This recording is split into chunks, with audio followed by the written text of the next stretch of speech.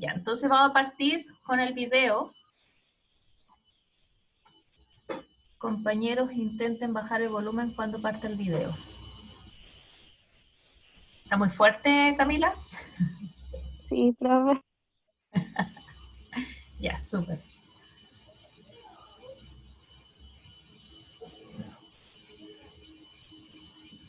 Ya, esto se va a abrir en el otro navegador. Entonces,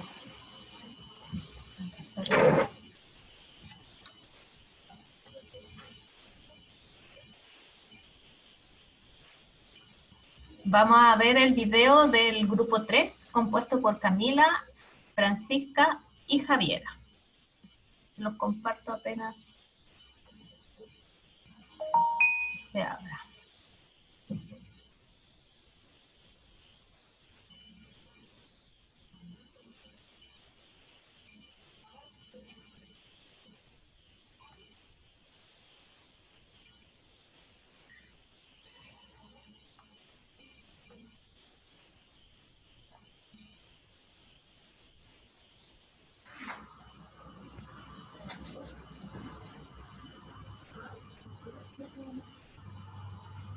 Hoy vamos a hablar del maíz tolerante a herbicidas.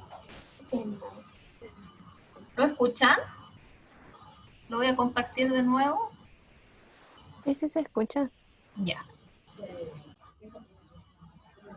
Hoy vamos a hablar del maíz tolerante a herbicidas, el maíz transgénico. Primero, ¿qué es un maíz tolerante a herbicidas?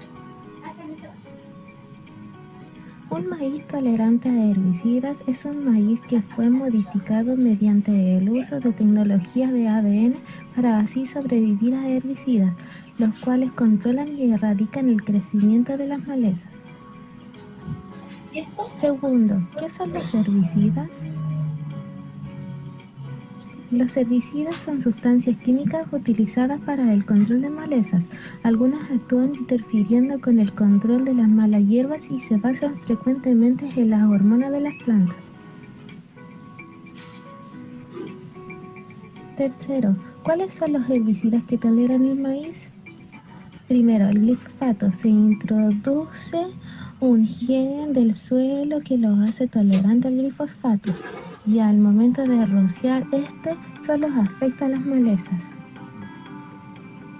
El segundo, el glufosinato, donde también se introduce un gen de una bacteria al maíz que codifica las enzimas fosfinotricina acetiltransferasa, la cual transforma fosfinotricina en una sustancia no tóxica para el maíz, y imidazolinonas, las cuales actúan inhibiendo las enzimas acetolactosintetasa que en consecuencia inhibe síntesis de proteínas, afectando el crecimiento celular y originando la muerte de las malas hierbas. 4. Beneficios de estos maíces: control de una gran cantidad de malezas, seguridad para el cultivo, flexibilidad para controlar malezas, compatibilidad con las prácticas de control integrado de plagas y las técnicas de conservación del suelo.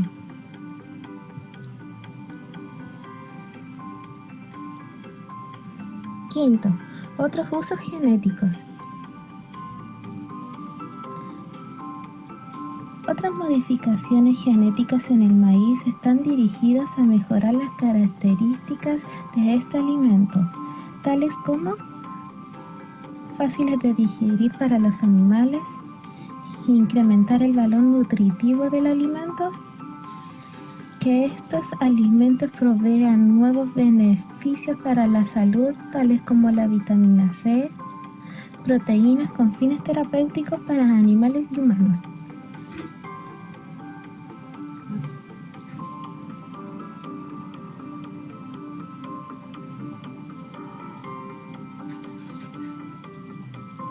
Maíz transgénico. Súper. Ya chicos, súper bien. En mi caso yo no lo escuchaba tan fuerte, no sé si ustedes tuvieron alguna dificultad en eso. A ver, ¿No? a ver qué pasa. Algo se está compartiendo. Ya. Muy bien la presentación, felicitaciones chiquillas. Yo tengo una pauta aquí que después se las voy a mandar con el detalle de los puntos, ¿ya?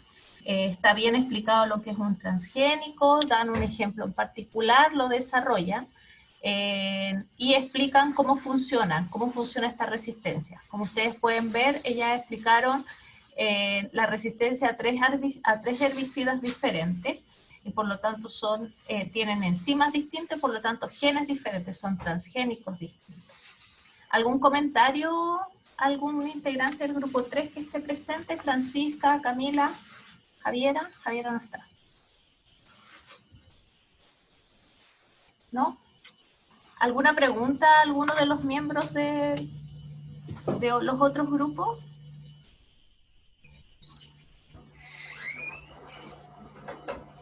Ok, vamos a ver el otro video que me llegó. Este es del grupo 1. Compuesto por Constanza Avendaño, Constanza Montesinos, Karen y Nicole. Ya, antes de esto voy a compartirles.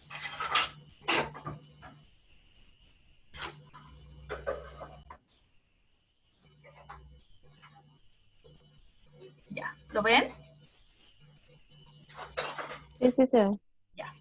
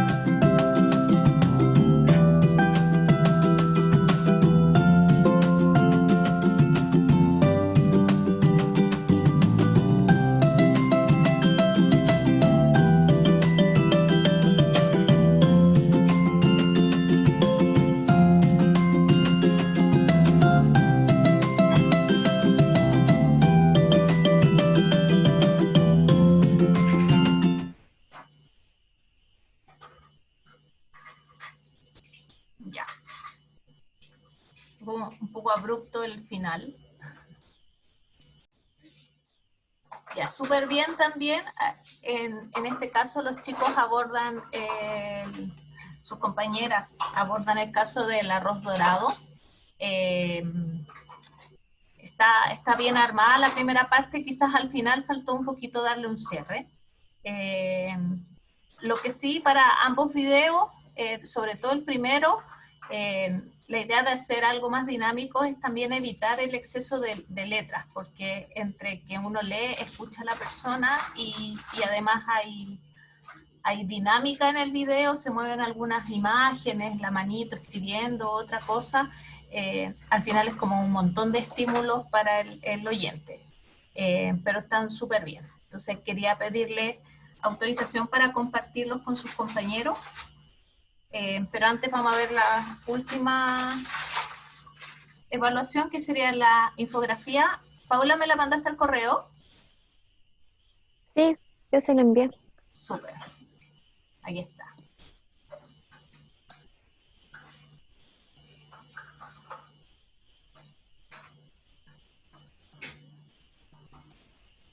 Que igual se le puede ir haciendo zoom porque Sí, quedó una imagen muy larga. no se preocupe, lo vamos a ir viendo.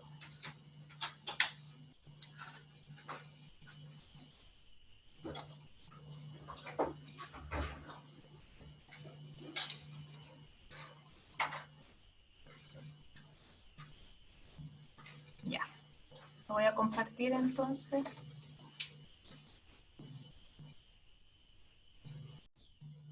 Ya, entonces acá tenemos una infografía, en este caso dice alimentos transgénicos, los pros y contras de nuestra comida diaria. ¿Qué es un alimento transgénico? Aquí está la definición, igual que los otros grupos tienen una definición adecuada. es aquel que ha sido modificado genéticamente para añadir una o más características de una especie distinta para mejorar a otro alimento. Las ventajas: obtener alimentos con mejor aspecto y sabor, aumentar la producción de alimentos, cultivos y plantas más resistentes a los cambios climáticos, defensa contra plagas de insectos específicos y tolerancia a herbicidas específicos, especialmente glifosato y glufosinato, que son dos de los ejemplos que dio el grupo número 3 de Camila, donde mostraban otro más incluso. Desventaja: la creación de estos alimentos puede generar reacciones alérgicas y o tóxicas. La reproducción sin control afectará al ecosistema y posibilidad de causar problemas a la salud a largo plazo. En términos de impacto ambiental asociado al uso de herbicidas, se han producido cambios importantes en el perfil de herbicidas utilizados en favor de productos más benignos para el medio ambiente. Sin embargo, en relación a los cultivos, la dependencia del uso de glifosato por parte de algunos agricultores en algunas regiones ha contribuido al desarrollo de la resistencia a la maleza. Ejemplos entonces de los transgénicos que existen: el maíz, la soya, el tomate, trigo y leche. Aquí dice, se utilizan algunas granjas productoras de leche con la hormona de crecimiento bovino para mejorar la producción de leche. La transformación mediada por Agrobacterium fue el primer sistema de transferencia de genes. De eso podemos hablar al final. Como conclusión, el uso de cultivos transgénicos en su mayor parte es positivo, más no debemos abusar de ellos para evitar más problemas con el ecosistema. Por este motivo, su utilización debe estar acompañado de estudios ambientales periódicos para poder aprovechar sus beneficios y reducir posibles ventajas y desventajas que contribuyen a su uso. Muy bien, chicos, me gusta, está bonito. Un súper buen equilibrio entre imagen y escrito. Súper profunda también los temas que tocaron. Yo creo que entre los tres se complementan súper bien. Uno habla, bueno, los dos videos hablan de un ejemplo en particular, ya sea de la resistencia a herbicidas, adentrando un poquito en el tema, indicando que existen distintos transgénicos. De hecho, el maíz es uno de los alimentos que se ha manipulado más, porque hay distintas versiones de maíz. Hay maíz transgénico resistente a un tipo de herbicida o resistente a otro tipo de herbicida. No sé si alguien del grupo 3 puede explicar un poquito más esto. Camila, Francisca.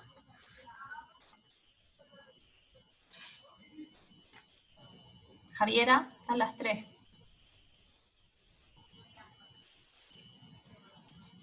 ¿No? Ok. Los mecanismos para resistir cada una de los herbicidas eran diferentes y eso era explicado en el video. Son enzimas distintas que se ponen en el maíz a través de los genes y esto le otorga resistencia específicamente a ese tipo de herbicida. Lo que dicen en la infografía es verdad. Uno de los más utilizados es la resistencia a glifosato, y esto lo que ha traído como consecuencia es que ha habido un abuso de este herbicida. Eso es algo que en teoría no debería ocurrir, pero como el maíz es resistente, puedes poner más herbicida en el piso, en el suelo, y solamente va a crecer el maíz transgénico. Pero la maleza, al igual que los microorganismos y al igual que los virus, se van adaptando a las medidas de presión, y la maleza se está haciendo resistente a los herbicidas, como bien indica los compañeros del grupo 2. Sin embargo, más allá de eso, además, este exceso de herbicida contamina las napas de agua subterráneas y el suelo se debilita. Entonces, hay un montón de consecuencias debido al uso de este elemento en el suelo. Trae muchos beneficios económicos, aumenta la productividad, porque el suelo está solamente ahí disponible para el maíz, pero con el exceso de herbicida, en el fondo, también se produce un daño a todo el sistema, ¿ya? Ahí es donde es súper importante la educación de los agricultores y el control de este tipo de cultivos. ¿Alguien del grupo 2 me puede hablar alguna más de las consecuencias ambientales que las menciona muy general? Quizás si se acuerdan de alguna que vieron en particular. Paula, Matías, Josefina. Denme un segundo.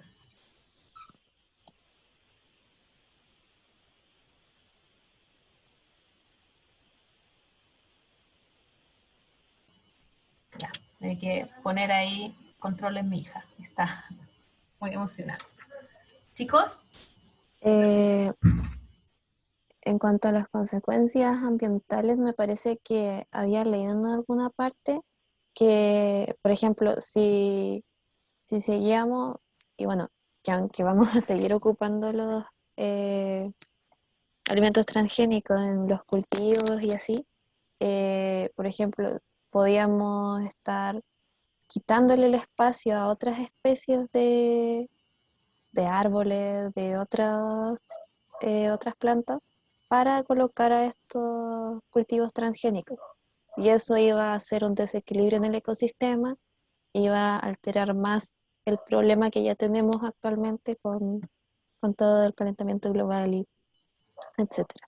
Sí, ahí su compañera tiene razón. El monocultivo, que se refiere principalmente a el uso de suelo con un solo tipo de alimento, un solo tipo de vegetal, debilita el suelo. Se supone que el suelo es un ecosistema complejo, no solamente plantas, sino que también hay microorganismos abajo, muchos de ellos fijan CO2 y fijan nitrógeno que permiten la nutrición de la planta. En el momento en que tú haces un monocultivo, un solo tipo de hierba o de planta, el piso se va debilitando. Eso es verdad, pero como el objetivo del productor es producir maíz solamente, no le interesa que hayan otras hierbas o otras plantas debilitando el suelo o también tomando nutrientes del suelo. Entonces, ¿qué es lo que se hace? Se arrasa con el suelo, se pone una sola planta que es resistente en este caso a la herbicida y se llena de herbicida para que no crezca nada más. Todo tratado químicamente. Entonces, ¿qué puede ocurrir? Que ese maíz, por ejemplo, sea tan ventajoso económicamente que la especie nativa desaparezca, sea desplazada y de alguna forma ya no se plante. De aquí a 30 años más ya no exista choclo común, sino que solo maíz transgénico, resistente a herbicida, y con la consecuencia de debilitamiento del suelo, ¿ya? Esa es una de las consecuencias. Profesora. Dígame, Matías. Sí, otro punto también eso, que bueno, yo también estuve leyendo, que el hecho de que, digamos, eh, ya que, por ejemplo, lo que mencionaba usted, por ejemplo, del maíz, de comenzar a plantar solo un tipo de maíz, también hace de que en caso de que algún virus afecte, digamos, esta planta en particular, ya que no va a haber una variabilidad genética, las va a afectar a todos, lo que puede tener grandes consecuencias, bueno, no tan solo económicas, sino que también puede dejar a mucha gente sin alimento. Sí, muy bien, Matías, ese es un muy buen punto. Eso es parecido a lo que contaba de los plátanos. ¿Se acuerdan que Matías nos mandó un video donde había un virus que atacaba Estoy rayado principalmente? con eso, profe. ¿Ah? Estoy rayado con eso, profe. Está bien, está apasionado, eso es importante. Ataca a un solo tipo de maíz, o sea, a un solo tipo de plátano. Ahora el virus evolucionó, o sea, el patógeno evolucionó y ahora puede atacar a más de una especie. ¿Qué pasa si yo tengo mi maíz transgénico y es resistente incluso a una plaga, a un insecto? Pero ese insecto evoluciona y ataca ahora al maíz transgénico. Y solamente tenemos maíz transgénico, vamos a terminar con el maíz, vamos a quedar sin maíz y las consecuencias a nivel nutricional o de alimentación a nivel global son catastróficas. Ustedes tienen que pensar que uno de los cereales no sé si cereales, bueno, no un cereal, pero una de las bases nutricionales de toda América es el maíz, está todo hecho a base de maíz. Nosotros tenemos trigo, pero desde el norte de Chile hacia allá, de Perú hacia el norte, es solo maíz, que era lo que había aquí antes del trigo, antes de que llegaran los españoles. Entonces, es verdad lo que dice Matías. ¿Alguien vio algo sobre las alergias?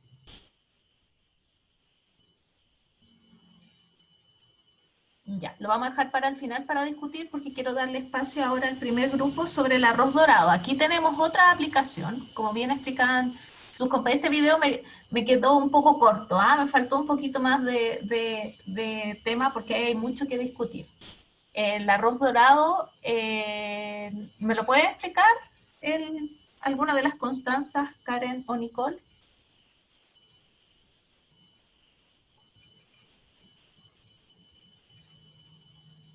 Sí, profe. Bueno, el arroz dorado nació como una solución que era como una manera de implementar a la vitamina C, creo que era, a La vitamina A. la vitamina A, eh, que, que producía ceguera en los niños y en los niños que se alimentaban en Asia y en África. Ellos consumían mucho arroz, entonces mediante la modificación del arroz podían darle un plus y a través del consumo que ellos tenían habitual de ese alimento, podían estar consumiendo esa vitamina y disminuir la tasa que había de ceguera. Súper bien. Este es otro tipo de transgénico y como les expliqué el otro día, fue el primer alimento transgénico que se hizo. Fue obtenido en 1999, hace un montón de años atrás. Como a diferencia del maíz, que en ese caso el fin es productivo, aquí el fin era contribuir a disminuir la brecha nutricional que hay de los niños que viven en países subdesarrollados y con bajo acceso a alimentos. El problema, como dice Karen, es que hay una deficiencia de consumo de vitamina A que está principalmente en frutas y verduras, y esto es debido a que, como son alimentos que perecen rápidamente, es muy difícil llegar con ellos a estos países. Entonces es mucho más fácil entregar, por así decirlo, un arroz fortificado, en este caso con vitamina A, debido a que se había detectado una brecha, o sea, los niños estaban quedando ciegos, y de esta forma si aportabas arroz dorado a esos países, de alguna manera estabas luchando contra esta brecha que se genera. Pero como les había comentado, son muy pocos los países que lo están cultivando. También hay otro cereal que se cultiva en África que se llama sorgo, que también lo hicieron dorado, y ese ha tenido más cabida quizás porque en África consumen más de ese alimento. A mí en lo personal, ahí es donde se me produce un poquito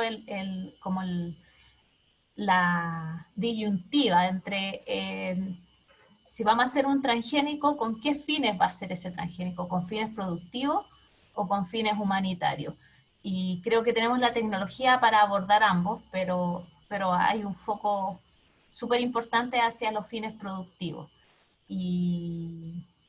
Y creo que debería haber un equilibrio, que deberíamos tener más transgénicos con fines terapéuticos o con fines como este, que en el fondo es disminuir brechas nutricionales de los niños que no tienen, o las poblaciones que no tienen acceso a esos nutrientes, en vez de tanta productividad que en realidad enriquece a un grupo muy particular de personas.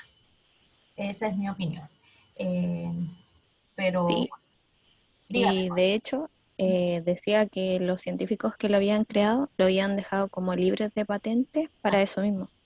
Así es. Eso es súper importante porque en el caso del maíz, grupo 3, ¿qué saben respecto a las patentes?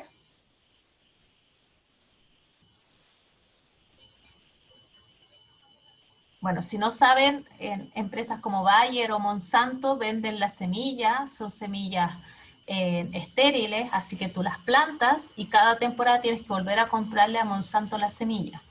Y como vimos en alguno de los videos, si esas semillas llegan a producir plantas fértiles y crecen en un campo vecino, hay demandas de parte de ellos como que le estuvieran robando su propiedad intelectual. O sea, realmente el espíritu de un alimento y el otro es completamente distinto. Eso es para que, de repente para discutir estos temas, es súper importante generar avances tecnológicos, pero la tecnología a veces nos juega en contra, el espíritu puede ser uno y las consecuencias pueden ser otro. Hay un ejemplo notable de esto que es el descubrimiento o la ejecución de la pólvora, de la dinamita en realidad. ¿Conocen esa historia? ¿Alguien la conoce? No, yo no No, la profe. conozco. ¿No? El inventor de la dinamita, de la explosión de dinamita, era de apellido Nobel. No me acuerdo su nombre, pues soy súper mala para los nombres. Y este tipo lo creó con fines productivos. Él pensaba que con esto se iba a poder, por ejemplo, explotar las montañas, generar avances en la generación de caminos, lo cual es cierto.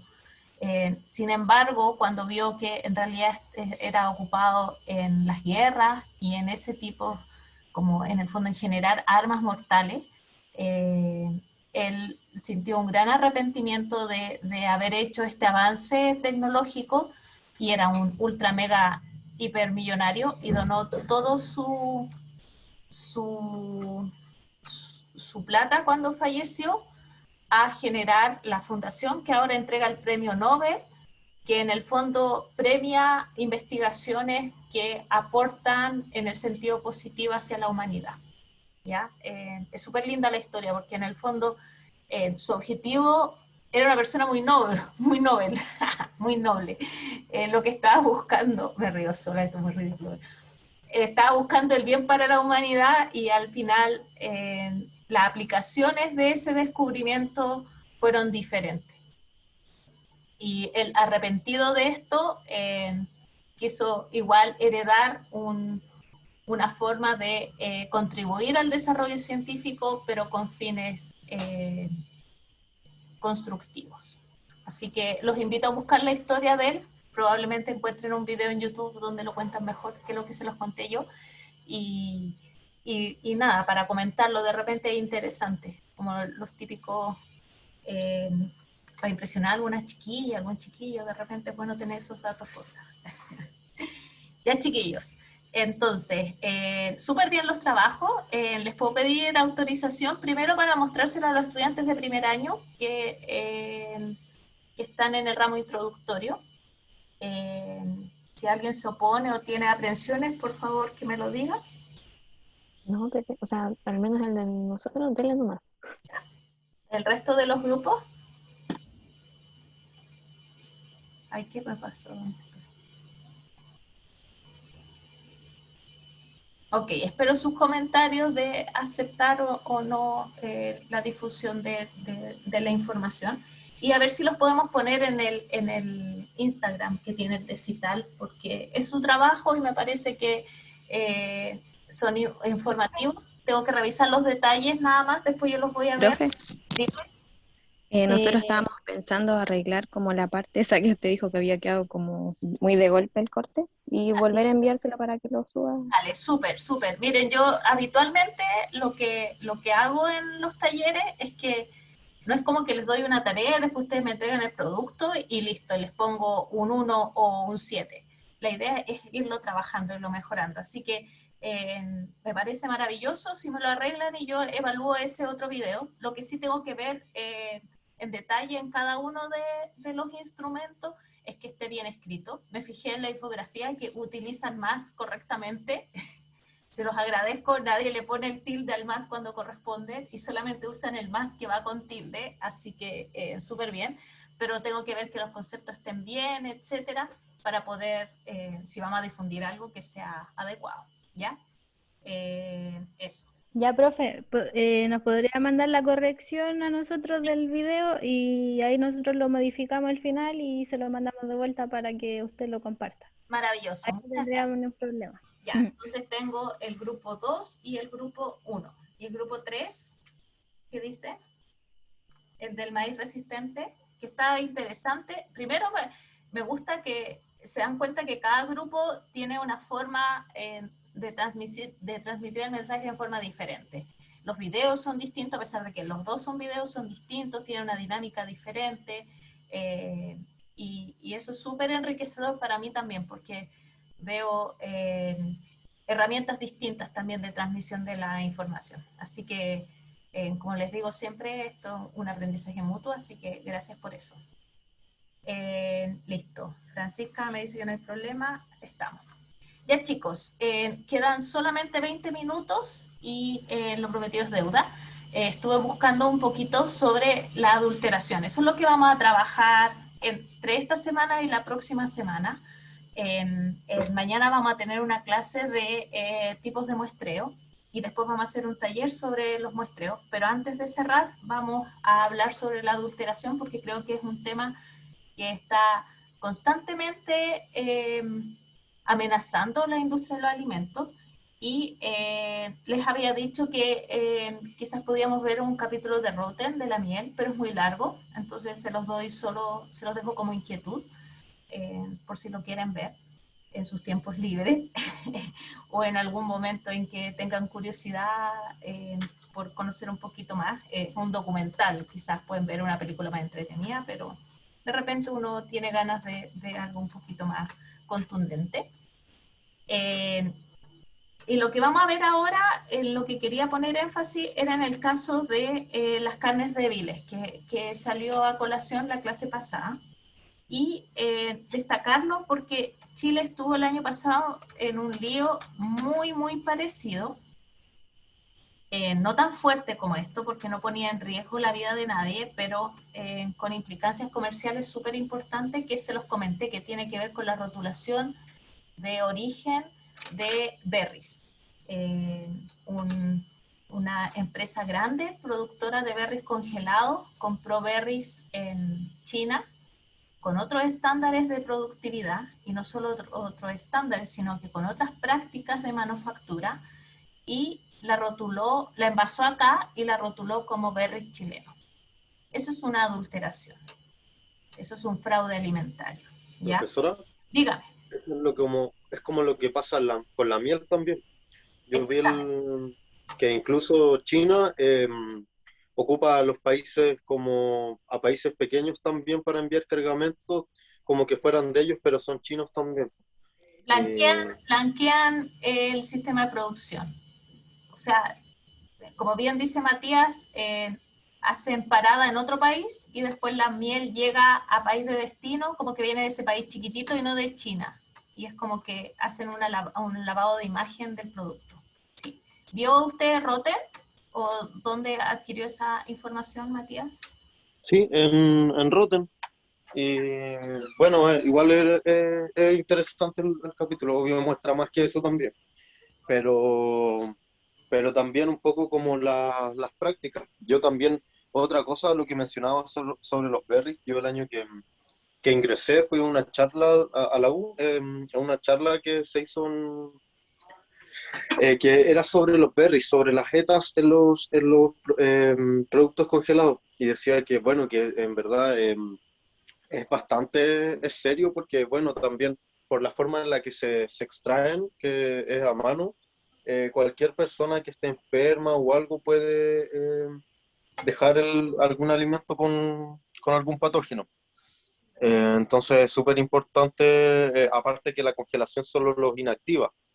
Entonces, es muy importante como tener altos estándares de calidad, pues lo que menciona usted de que compraron en China con otro estándar de calidad, claramente que es un peligro. Aparte que uno cuando ocupa un producto congelado, un berries, algo así, no lo cose generalmente, sino que si uno puede hacer un licuado y no someterlo a ningún tratamiento térmico y consumir ese patógeno. Así tal cual es. En el caso de las bacterias, al someter a un congelado rápido, se inactivan los microorganismos y muchos de ellos con el tiempo en realidad ya después no pueden proliferar. Sin embargo, no existen solo las bacterias, también existen los virus. Y uno de los grandes problemas que hay en la industria de los berries son los virus. Y nosotros participamos en un proyecto donde veíamos, tratábamos de buscar en ese momento, era un virus emergente, que era el norovirus, y la hepatitis A, que no es emergente, pero en realidad hay poca información acá en Chile porque la detección de virus es cara. Son retrovirus, son virus RNA, no son retrovirus, son virus RNA, y por lo tanto detectarlos significa no solamente hacer una amplificación por PCR, sino que hacer un paso del RNA a DNA y después una amplificación, por lo tanto hay conocimiento de biología molecular, hay reactivos caros, son difíciles de transportar y requieren de un personal técnico avanzado. Y todo esto ha generado que la industria no haga tantos controles como si se hacen con bacterias, que hay métodos alternativos a los moleculares para detección mucho más baratos. Y claro, en los manipuladores, nosotros fuimos a ver cómo se cultivaban los berries y claro, la gente usa unos guantes de lana, sin dedos, porque les permite tener mayor control, y a mano desnuda, o con, más encima con la palma de la mano, un guante de lana muy reciclado, van tomando los berries y los van poniendo en unos envases que pueden ser una botella recortada, un tarro de pintura, algunos tenían canastos especiales, pero cada persona tiene su material y después se van juntando en bandejas y después eso llega a la industria hace controles de entrada y todo, pero la verdad es que es muy difícil hacer cambios y hay países que tienen peores prácticas. Aquí existe registro, análisis del agua, un poco un poco desordenado a lo latino, pero existe. En China las prácticas son al revés, son productivas. Entonces, si pueden hacer algo para que sea más productivo, como aplicar herbicidas en momentos que no corresponden, y por sobre la legislación vigente a nivel internacional, lo hacen.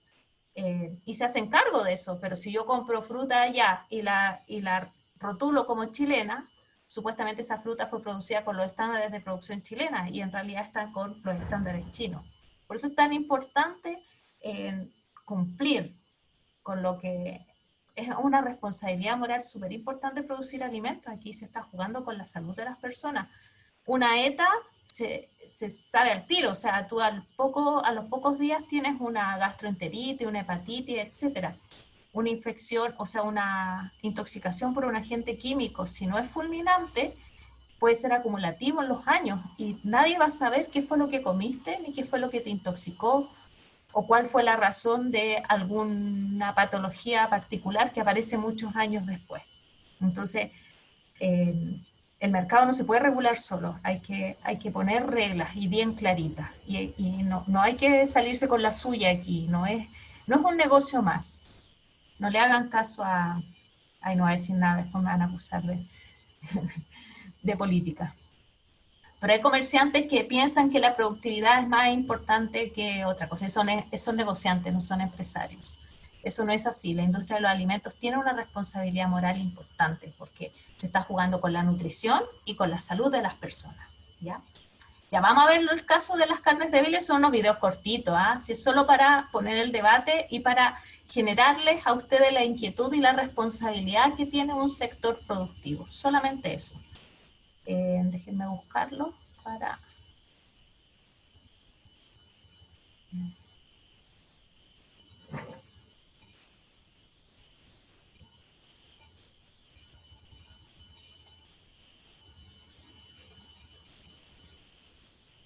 Entonces, aquí...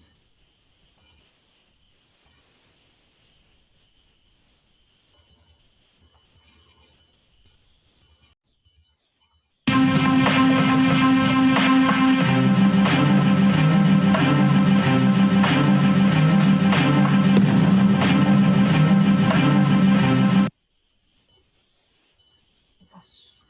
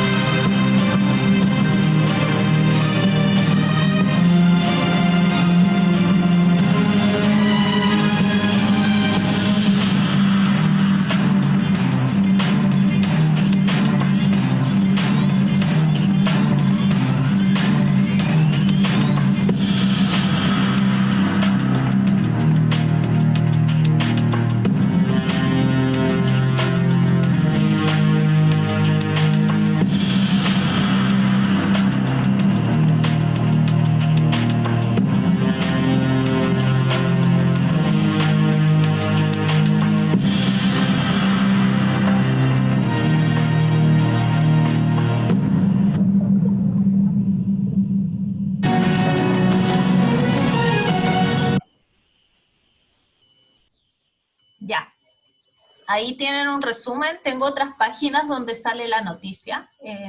No les voy a compartir una página para leer, quería que fuera un poquito más dinámico. No sé si tienen alguna duda o podemos explicar un poquito más algunos detalles. En realidad esto sí puedo Profesora, explicarlo. Dígame, Matías. no, un detalle, lo que pasa es que al final del video se ve unos operarios ahí que están con traje y todo, pero están sin mascarilla y están trabajando con carne. Sí, bueno, las imágenes no necesariamente tienen que ver con lo que están nombrando, son imágenes de archivo, y sí, las prácticas han cambiado mucho, no se suele trabajar en toda la línea con mascarilla, solo cuando estás en contacto directo con el alimento, y ahora, claro, ahora sí es un requerimiento. Antes, en algunos lugares, si tú no tenías contacto directo con el alimento, solamente las personas que usaban barba tenían que usar todo el día mascarilla. Ahora, bueno, ahora ni hablar. Ahora se usa mascarilla, usamos todos los días mascarilla en todas partes, más bien en la industria. Es súper importante lo que dice Matías, por ejemplo, en el caso de la manipulación, tampoco la gente suele usar la mascarilla, y las mucosas transmiten ciertas enfermedades. ¿Conocen alguna bacteria que viva en las mucosas? ¿Que contamina alimentos? Está Sí, Staphylococcus. Puede, ¿Salmonella? Salmonella está en las manos, salmonella está en las heces, pero estafilococos está en las mucosas, y muchas personas son portadoras de estas bacterias. Antes en lugares donde se hacía manipulación de alimentos, se le hacían análisis mensuales a los operarios para ver que no fueran portadores. Porque no es un patógeno oportunista, no enferma a todas las personas, enferma solamente a las que tienen el sistema inmune debilitado, o cuando alguien tiene una baja de sus defensas. Por ejemplo, yo ahora mi cuerpo está luchando contra un COVID atenuado, y probablemente si tuviera un oportunista que me estuviera infectando en este momento, podría enfermarme. ¿Se vacunó, profesor? Sí, me vacuné ayer. ¿Y ha tenido síntomas como dolor de cabeza o algo? Más que dolor de cabeza, me duele el brazo y sí me siento un poco cansada. Pero está bien, mi sistema inmune está funcionando. Sí. Y también ayer debería haber descansado y no lo hice, entonces, pero bueno, son decisiones que tomé erradamente.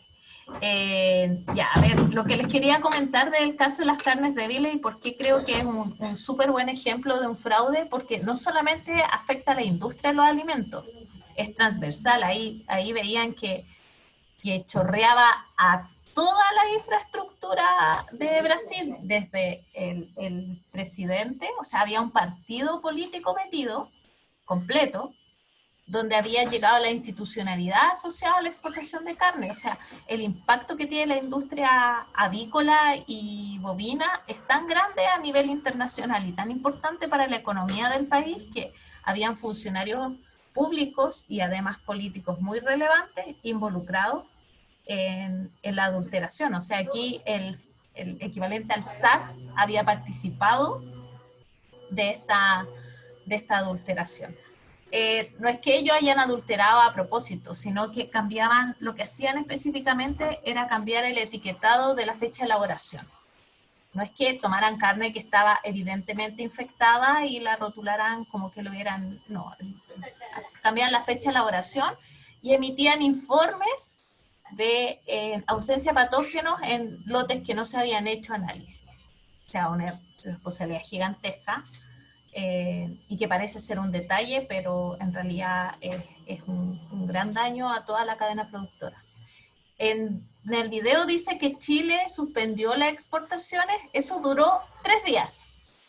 Esto se supo como un día martes por ahí, y hasta el viernes se suspendieron las exportaciones, el sábado ya estaban abiertas de nuevo las fronteras y la entrada de carne brasileña podía hacerlo libremente.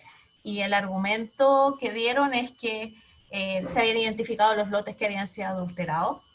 Pero bueno, eso es para en ese momento yo le hice seguimiento a la noticia y me parecía que era irresponsable, porque aquí había un problema muy grande que debía ser investigado antes de tomar una determinación y poner en riesgo a la población. Y los chilenos tampoco somos tan informados como para decir, no, la gente no va a comprar carne brasileña por un tiempo hasta que... Bajaron los precios, ¿o no, profesora? Tiran una promo y listo. Bueno, De hecho, eso pasó pues, con el pollo principalmente. Bajaron los precios, hicieron unas promociones y listo. Y sería. Y con eso la gente pierde el miedo, pero no corresponde. Así que eso tenía para contarles hoy día. Me gustan estos temas porque creo que hay poco espacio en la carrera para hablar de estos temas y discutirlos. Me hubiera encantado que fuera presencial porque se sueltan un poquito más. Así están presentes ausentes en el sistema virtual, pero por lo menos la información está ahí y la invitación es a que se informen y a que vean estos casos. Yo voy a buscar las noticias sobre los berries chilenos, que fue a fines del año pasado, y se las voy a subir a la plataforma para que al que le interese lo visite y vaya viendo que no estamos ajenos a estas costumbres de blanquear, por así decir, las etiquetas. Nadie dice que los berries chinos estuvieran contaminados o malos o por vencer. No es el caso de las carnes débiles, que esto debería haber sido un escándalo y con sanciones internacionales. Estamos hablando simplemente de decir que algo fue producido en un país bajo ciertas condiciones cuando eso es falso. Es distinto, es muy distinto a lo de las carnes débiles. Pero si ustedes hubieran escuchado el argumento de el empresario, era como decir, pero ¿cuál es el problema si lo envasamos acá? Están envasados en Chile y eso es lo que dice la etiqueta. Esa moralidad tan doble cuando conviene no se puede permitir en esta industria, lamentablemente. Eso. ¿Algún comentario, chicos? que bueno, que es claro, es verdad lo que dice usted, claro, no es como el tema de que hayan estado vencidos, pero sí existe esa posibilidad, porque finalmente si no, bueno, yo no sé qué tan, daba a pensar finalmente que si mienten son capaces de mentir en eso, finalmente la reputación como empresa cae y significa que pueden mentir bajo en cualquier cosa finalmente, y que uno puede llegar a dudar incluso de la calidad del producto, o sea, totalmente, porque si tienen que mentir en dónde lo compraron, ya eso como que arruina todo finalmente la reputación de la empresa y su palabra de certificación de calidad. Lamentablemente, en la industria exportadora, aquí no es una industria, es la imagen país, es el comportamiento del país. Entonces, de hecho, Estados Unidos no sanciona a una empresa particular, sanciona al país cuando encuentra quiebres en la inocuidad o en la adulteración de alimentos. Entonces, es por mucho eso, más serio. Por eso China fue sancionada, o sea, obtuvo una sanción por parte de Estados Unidos por el tema de la miel, y por eso empezó a enviarlo desde otros países. Exactamente, es el país el sancionado, no es una empresa en particular. Entonces, la imagen se tiene que cuidar. No solamente es el negocio de un grupo, sino que es el negocio y el PIB a la larga. O sea, es una industria que no solamente afecta a los dueños de esa empresa, sino que a toda la cadena. Por eso es tan importante que no haya doble lectura en estas cosas. Yo lamento que la industria productora muchas veces esté más interesada en eso, en números y en ganancias, que en cuidar su imagen, invertir en tener sellos verdes, en tratar de tener menor impacto medioambiental, porque todo eso va afectando su imagen y a la larga eso va a traer consecuencias. pero sí, en el caso de la exportación es súper delicado porque no es la empresa en particular. Y sí, yo no sé si existe la intención de mentir en otras cosas, pero tú no puedes certificar que esa fruta haya sido producida con los estándares que te pide el mercado de destino. Y eso tú lo sabes. Entonces, o sea, hubo una adulteración, Ya, se me están escapando en masa, así que me voy a despedir antes de quedar sola hablando aquí o solo con Matías, así que estamos guateando en la sintonía. Les mando un abrazo y de aquí a mañana, ahora voy a descansar un ratito, les voy a mandar las correcciones de los videos y la infografía antes de publicarlo, ¿ya? Compromiso para mañana. Ya, Un profe, que abrazo. esté bien. No, profe, que Cuídense, que estén bien. Chao.